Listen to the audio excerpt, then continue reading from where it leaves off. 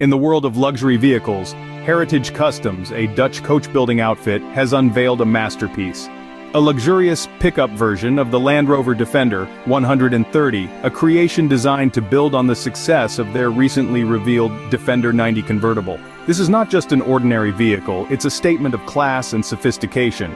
Priced from the equivalent of £131,000 before taxes, or £157,000 in the UK, this exclusive creation is well beyond any factory-produced Defender model.